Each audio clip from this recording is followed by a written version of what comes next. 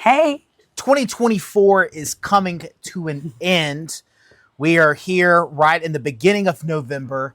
You can see there's quite a bit of some temperature change happening behind us. Yeah. Lots of stuff going on, but most importantly, we're going to be working on our homestead for 2025 and what we could be doing to get ready for 2025. So I thought it'd be great to have the homestead extraordinaire with me.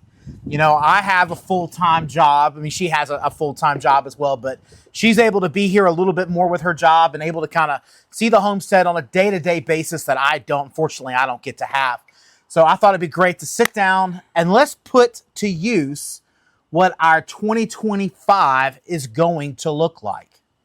Okay. So I wanted to kind of start in each area and talk about our homestead and what it's going to look like in that area. So let's start with the easiest one, right? Let's start with the easy ones. What's the easy one? Chickens. Chickens. So right. First off, are you happy with what happened in chicken-wise 2024? And if not, what are we going to do differently in 2025? 2025, we're going to get spring meat birds because I did not like the winter birds. Doing them in spring they get a lot bigger than what they do. They get fatter. I don't know if it was the bash that we got. I don't know if it was the time of year. I'm 100% sure that it's the time of year. It could have been the batch too, but we always have meat birds on hand in the freezer. And this year to not have any kind of broke my heart because they were so small. We had plenty. They were just too small to actually do anything with. We've got a pretty big family. They're not getting bigger. Like, we're not getting bigger. Like, we don't have more kids, but they're getting bigger. Like, we have 2 adult children. Our youngest is going to be 6 here next month. So they eat more. Yeah. And for me to have to go to the store and look at Sanderson Farm chicken or Purdue chicken and have to buy that. Whereas this little boy, this is the first year we've had to buy chicken. Yeah, in his life, this is the first year we've had to buy chicken. It's the first time I've had to buy chicken. So, I mean, yeah, we've swung by Chick-fil-A and gotten some nuggets or Mickey D's on a long road trip, you know. But from us and our home, this is the first year that we've had to buy chicken. And it kind of broke my heart just a little bit not to be able to fry up some chicken. I think once you do meat like chickens in the yard, I don't think you ever go back to doing chickens from the store. Mm-mm. I think there's just 2 completely different things. And until you've really gone through that, you don't really understand how different they are. Like, they are just extreme opposites in flavor and texture.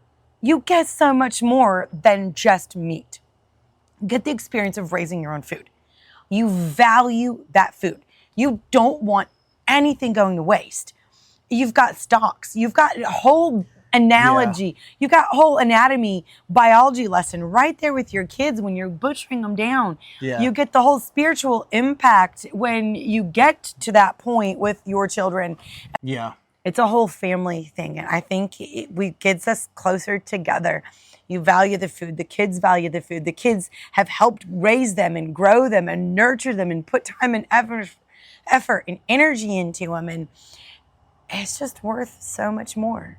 I agree. Beauty of life, the beauty of continuing to live, the beauty of the whole thing. We've got stocks and we make everything almost from scratch here. Yeah. We don't buy a bunch of seasoning packets. You came home with seasoning packets that you made seasonings for. And it's all about, for me personally, because one of our kids is allergic to preservatives, it's about preservative-free. So when we started that trip a long, long time ago, that helped propel us into this area where we are just making 90% of our food is made from scratch. And I just love that. And we just get to make it. We get so much out of the chickens when we do the chickens because it's going to be, obviously we get meat. I break about half of the chickens down. We do about 75 birds at a time. Half the birds will immediately get broken down into sections. So we'll put the tenders, the legs, everything off to each individual spot. And then we'll leave about 50 to 75, depending on how many we do. We leave about 50% though whole so we can break them down later, maybe as we need them, or roast a whole chicken, or maybe we sell 1 or 2 off to somebody who's looking to buy some farm fresh chicken. It kind of gives us some options when we don't completely break them down.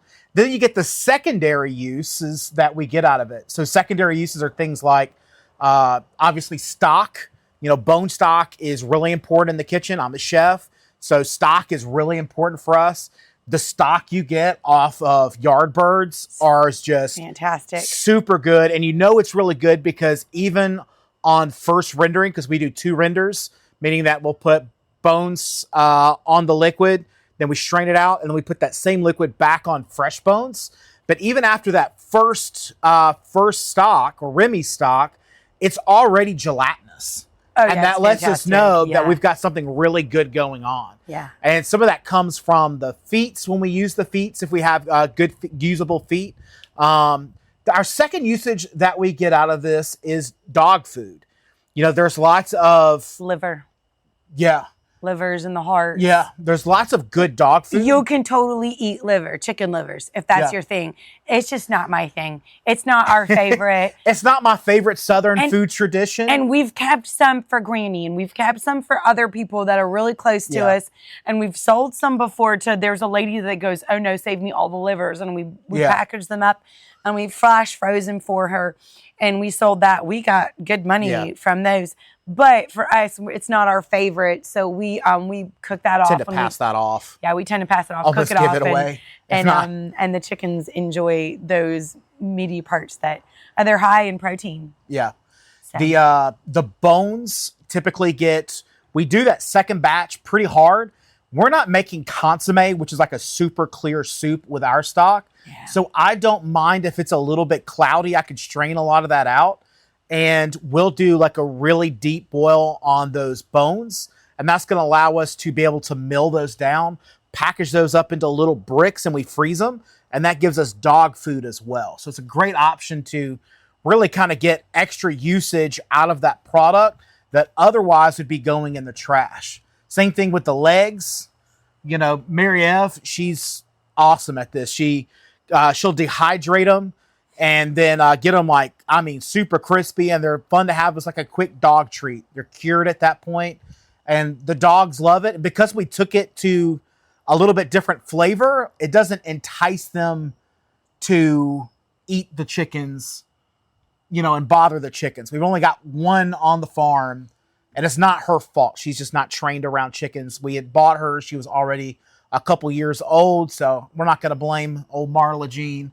We're just going to let her be her old grouchy self. And she's a little on the ornery side. She's a little on the ornery side. But other usages, though, are things like we made a really great jerk chicken sausage. Mm-hmm. That was a kind of a great secondary usage that we used up some of that chicken for.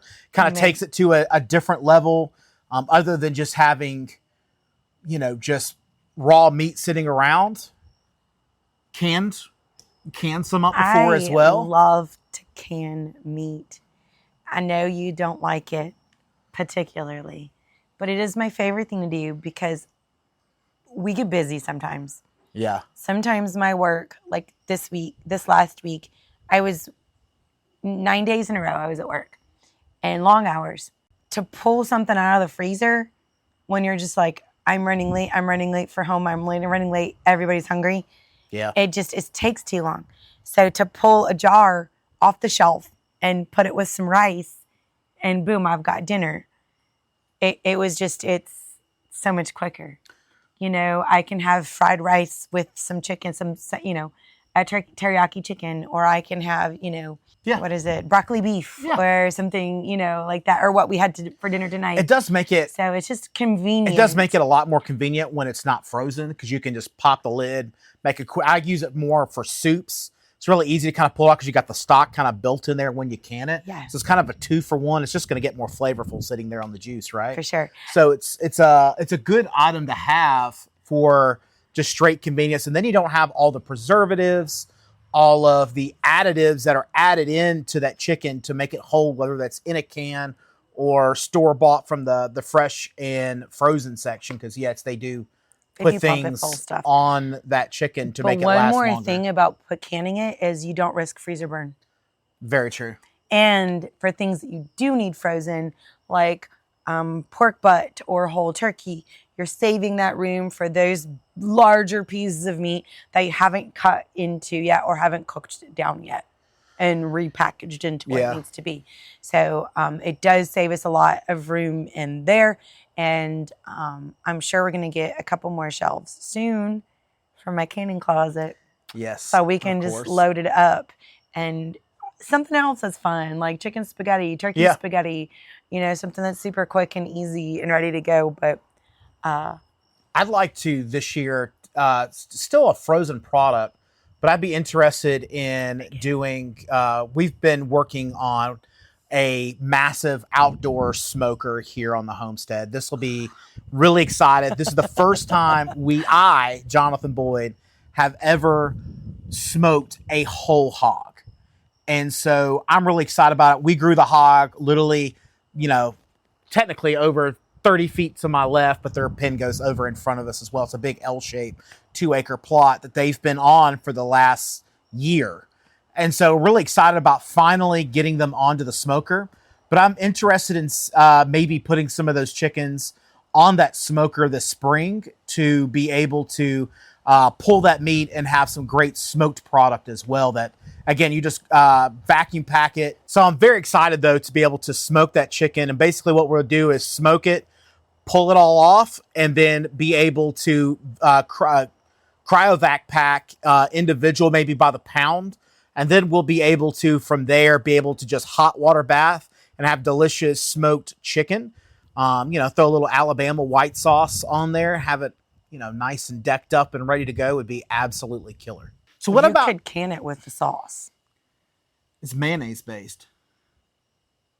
Let me do some research. Okay. All right. That'd be... Yes. I'm telling you. So what about the egg layers? I don't even know what's going on with those girls. Them girls is crazy. They don't lay. They started laying really good last year. Yeah, we got on a hot streak. And then we have not seen eggs in like 6 months. I'll say they're just not consistent. The ones that did the best are the ones that had access to the pig poop. So we had the baby and then pigs. They just like, they pieced out. Yeah. So I don't know if there's maybe there's a way we can rotate some chicken poop or this light is crazy. Go again. I don't know if there's a way to incorporate the pig poop, because I don't think we're going to do pigs. I think we got 4 pigs go into the 5 pigs go into the freezer. I'm not sure what the freezer status is going to be.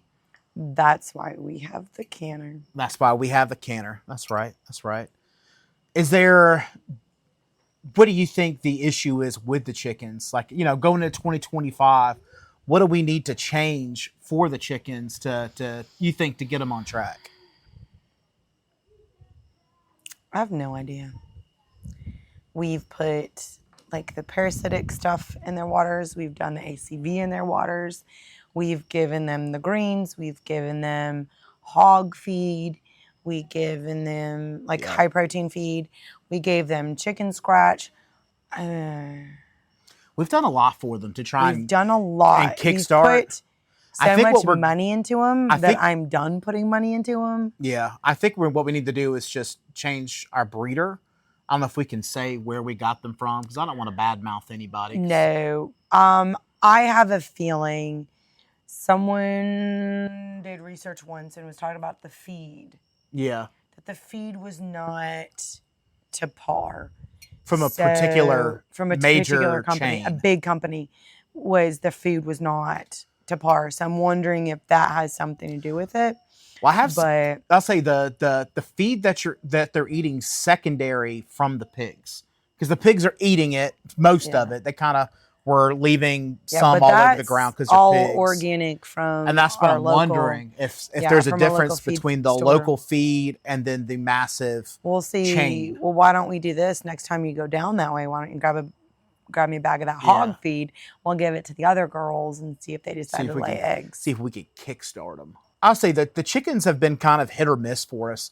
When we were in Starkville, we had eggs coming out of our ears, and we were selling. Actually, You never hear about people making money off of chickens. We were actually we were bringing in more money than we were spending on feed every week. Which is a huge plus, because the goal is, honestly, it's just, I need the homestead to kind of break even. I don't have to make $1 million, but I need us to, even if it paid even, for some cost, so somewhere. We were spending about $20 a week in feed for 75 chickens / turkeys. We had a good deal on those feed bags too. And then we were selling probably $120 in eggs a week, because we were selling them about 12.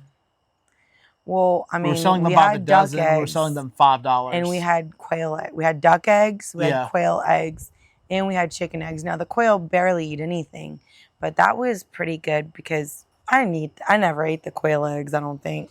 They were delicious. But they sold really well.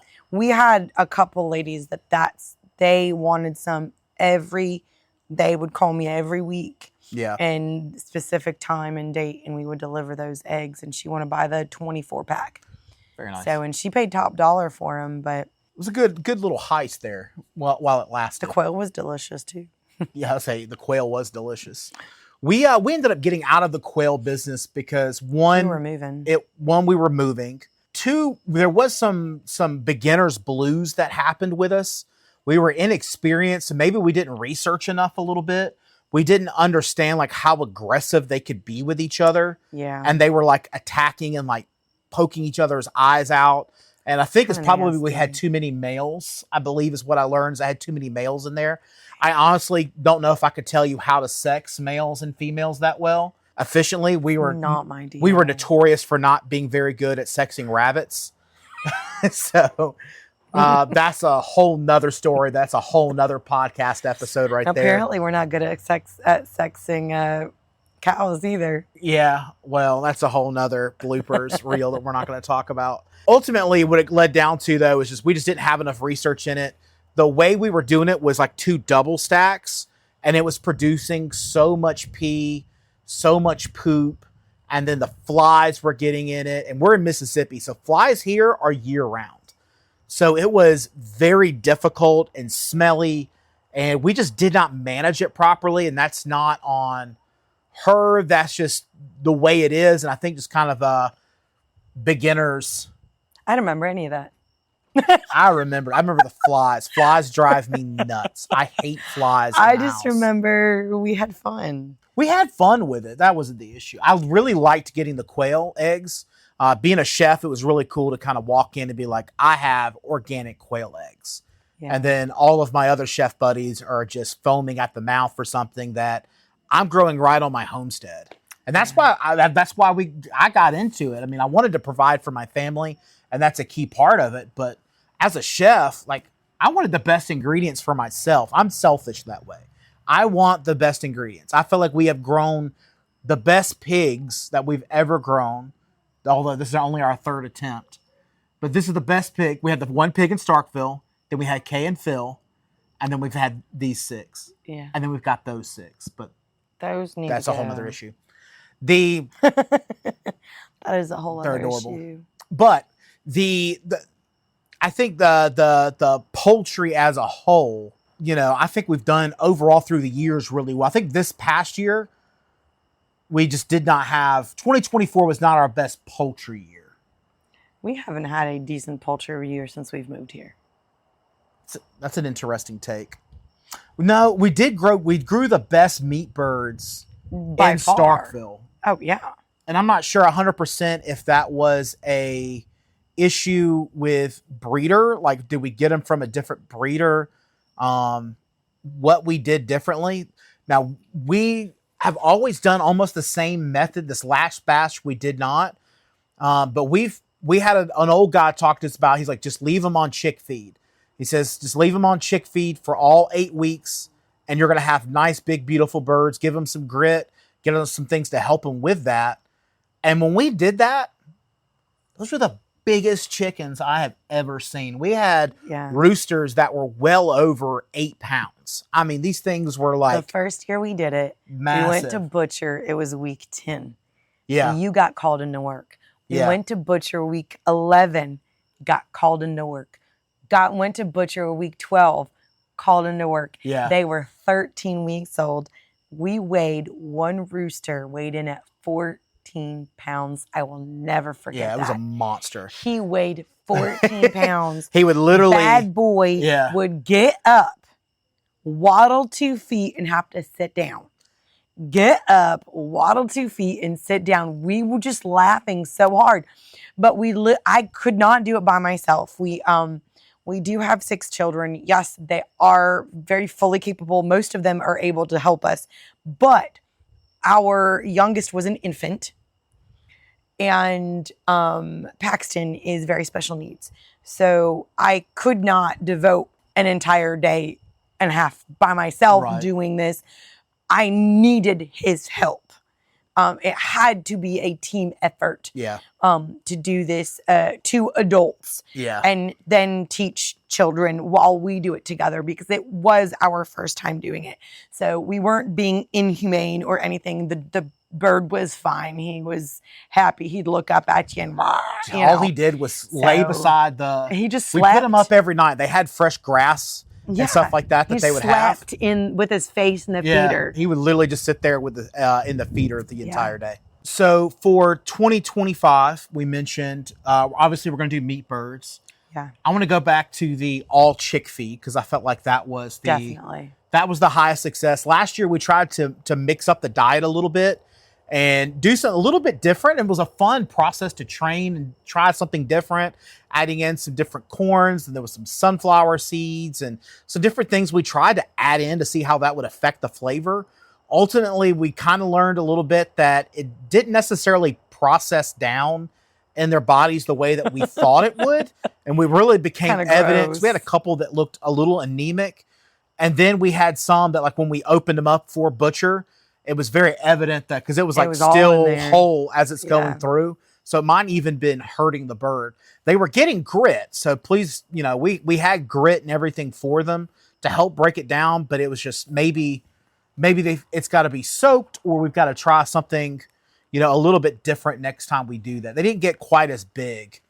Yeah. I feel like there's going to be somebody who states that it is the wrong thing to do to give them chick feed for 8 straight weeks, but high protein. It worked. It did work. I've never non-medicated chick feed. Yeah. Non-medicated. I just want to make that clear to whoever's listening. Don't get medicated chick feed. You don't want to be eating that. I'll say that was our best by far meat experience. Now they kind of plateaued off at about that 8 to 10 week mark. They didn't necessarily get much bigger between that 10 and 13 week mark. But we had a couple that were able to kind of catch up to some of those big roosters, because that one was a blend. The last couple batches have been all roosters, and they kind of grow a little bit more evenly. But when you get those mixed breed batches, it kind of adds time for those girls to kind of catch up with those. So that's our plan for the 2025. So we talked about... That's our chicken plan. That's our chicken plan. Okay. That's our chicken plan. That's the chicken plan. So focusing in on the feed, on the quality of the feed, I think is a big part of that as well for us this year. Except for the meat birds and the layers is what we're talking about. Yeah. All right. That's a good game plan. Boom. Let's do this.